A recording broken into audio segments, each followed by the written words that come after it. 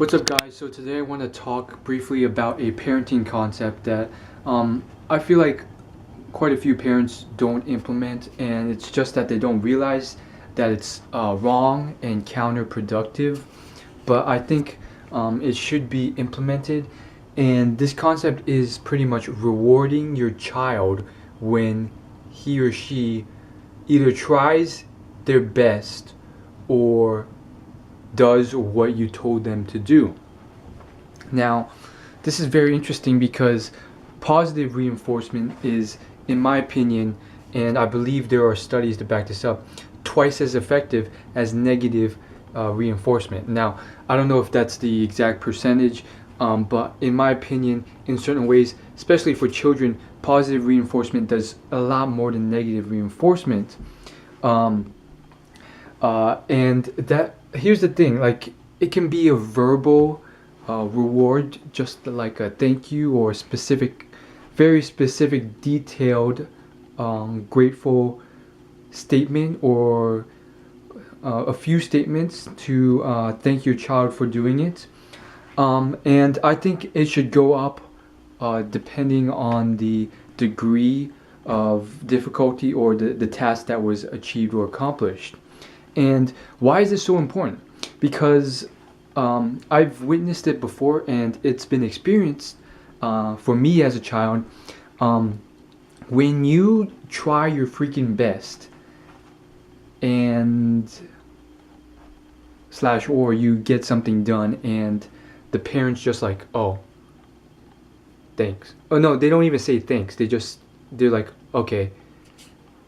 Well, that's really, really bad for you, because you're like, wow, I did all this stuff, and especially when you don't want to do it and you still do it, that just makes it even worse, because now you're like, wow, I did all this work, I did all this stuff, and I get nothing out of it. That's very, very counterproductive for you, because it takes the parent less than a few seconds sometimes to just verbally thank the child or praise the child. Praising the child is actually very, very strong. And I have two little sisters that are 10 years younger than me, so I implemented a lot of parenting tactics that I had learned from my work as a psychology clinic research assistant. And yeah, praising can do wonders. Not always, but they will feel in a lot of ways very successful, and they will want to achieve that task again just for that praise. And I think another thing is you have to measure your child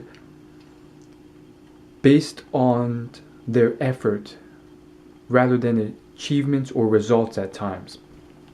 Because there were moments for me, and I'm sure there are moments for other people, where I tried 100% or 90% and or 85%, and that was like a lot of effort put into something that I may or may not have wanted to do, or it was done to make my parents proud. One of those things would have been grades. And to just put up the standard and say, ah, you didn't get all A's, bad, even though you tried very, very hard, that's going to screw up your child. Your child may be like, wow, I'm not really getting anything out of this. They're not even, thankful. Then it can kind of go awry, and they can give up and stop trying. Obviously, you have to make sure that they actually are trying and putting in that much effort. Sometimes you think they aren't, and they are for sure. Sometimes you think they are, and they are putting in 20% effort and skating by and tricking you and manipulating you. So sometimes it's very hard to gauge.